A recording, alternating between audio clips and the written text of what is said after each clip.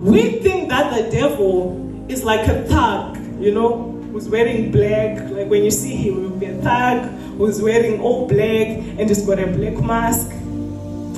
Girl, that's not the devil. This is what the devil does. The first day, he just does this. This is an interest that you have. The first day, that's a nice hook. This is a song you're talking about, right? That's a very nice hook. The chorus is amazing, right? It just comes with a thread, a very loose thread. First day, you continue listening to that music. The second day,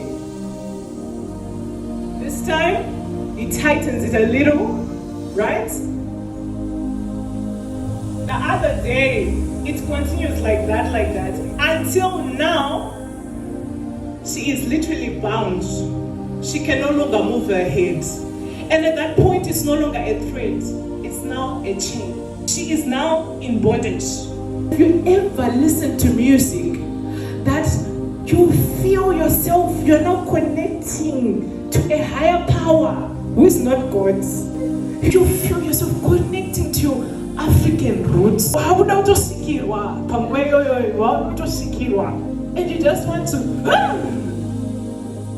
not in tongues or being filled by the Spirit of God, but like something else.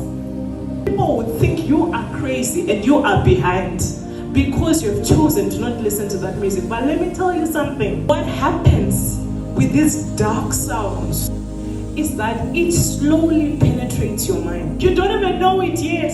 The same way that when you listen to a gospel song, it just marinates in your spirit, and slowly but surely you begin to see the manifestation of that song in your personal life. Amen, amen. For example, when you say, "Oh, my spirit, worship your maker," and you continually listen to that song, you find you're not actively praying. Like you don't tell yourself, now it's time to pray. So your spirit is just bubbling in prayer, and you're just praying. The same thing, sadly, happens with worldly music.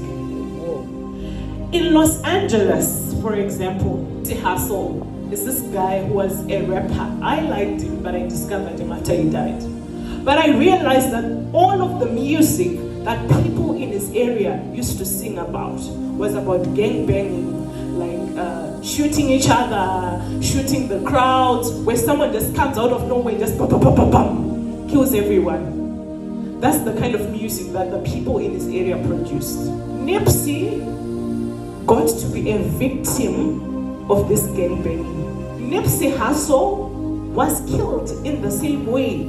This music entered the minds of the people in that area without them even knowing. There is so much power in the mind, and the devil wants to come into agreement with your mind. He wants to penetrate your mind. You will not realize that he has penetrated until you're actually in prison for killing someone. That's when suddenly you're like, oh, can I trace back? When did this start? Because slowly the music becomes a part of you. Music is highly spiritual. You don't know when exactly you got this desire to just try it once. Like, I just want to try this thing that they're singing about. Let me just go out there at the shopping mall and let me just kill people. You may think you're depressed, but you're not actually depressed. It's just the music that you're listening to. Because like that album cover that looks gothic and the title is anxiety, you are going to get anxious.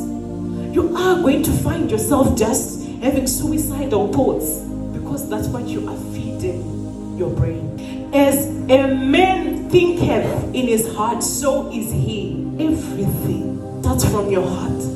But also the devil plants things in your mind. Amen. You have to guard your mind. Amen. Amen. Guard your mind jealously. Once the devil has your mind, all your decisions are based on what he's telling you now. And your decisions are no longer based on what God is telling you.